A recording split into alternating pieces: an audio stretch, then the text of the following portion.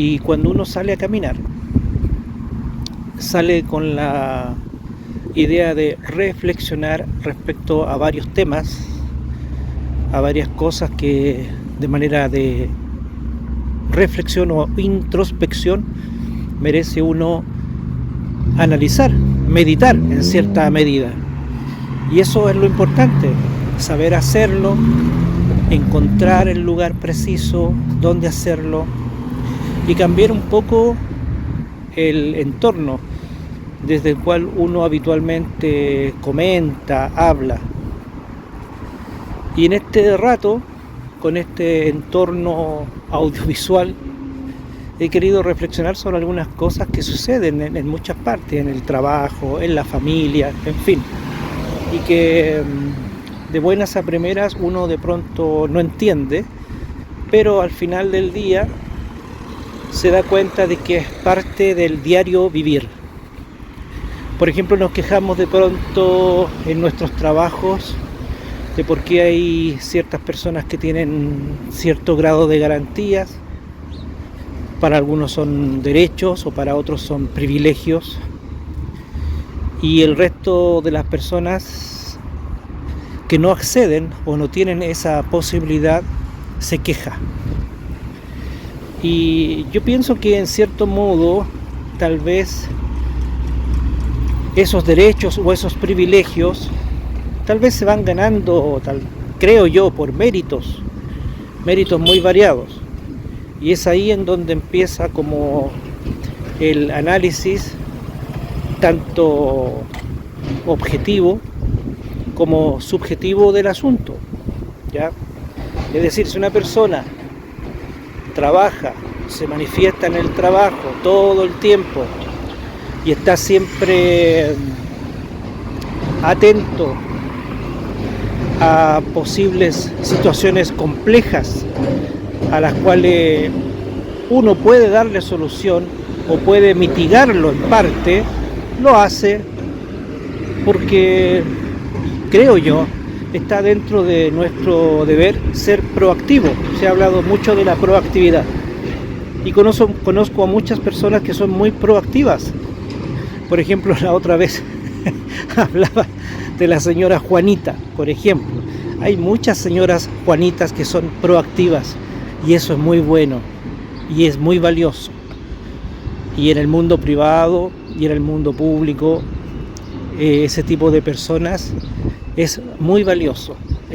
Esas personas son valiosísimas porque de pronto asumen roles que no debieran asumir porque no fueron contratadas, no fueron calificadas para estar ahí, estar haciendo ese rol, pero lo hacen y lo hacen de manera bien, de manera eficiente, profesional, sin serlos en esa área, sí en otras. Eso debe quedar claro. Pero así también hay personas que lo hacen bien, son profesionales, han sido contratadas para algo parecido a eso, o para eso en realidad, para cubrir esa área y no lo hacen. Y ahí quedan realmente en muy mal pie, pues se entiende de que esas personas reciben un pago para eso. Sea para bien, sea para mal, le pagan y no lo hacen, no hacen esa labor. Y ahí viene el gran problema, cómo poder controlar ese tipo de situaciones, hasta dónde como empleadores, como jefes o como simples funcionarios de una empresa pública o privada, tenemos nosotros la capacidad de fiscalizar que el trabajo esté bien hecho o de denunciar la pésima elaboración o la pésima conducción o la muy mala atención o muy mal servicio que presta tal o cual funcionario o tipos de funcionarios. Y eso es muy importante tenerlo claro. ¿Cómo hacerlo?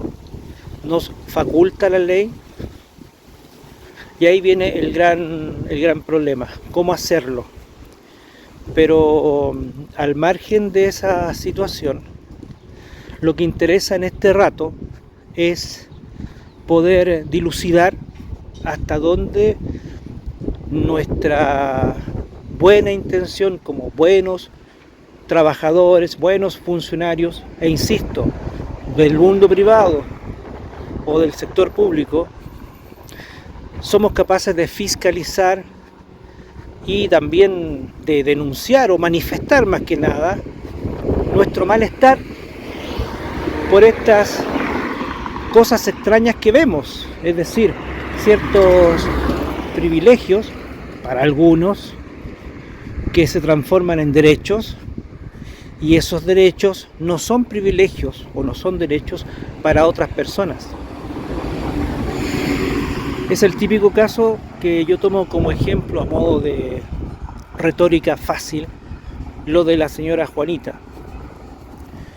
Y se da el caso de que en muchas oportunidades tenemos personas muy sabias, pero también muy críticas en relación al tema y que manifiestan su malestar respecto a eso y lo comentan, lo divulgan en el grupo de amigos, etc.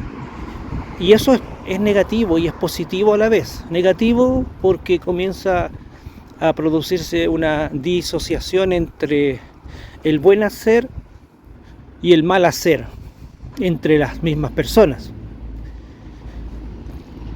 Y en cierto modo también es positivo porque nos hace tomar conciencia que de repente somos muy timoratos en hacer este tipo de observaciones en las instancias oportunas, en una reunión, por ejemplo, en donde están todos los funcionarios, o nos quedamos callados y no hacemos tal cosa.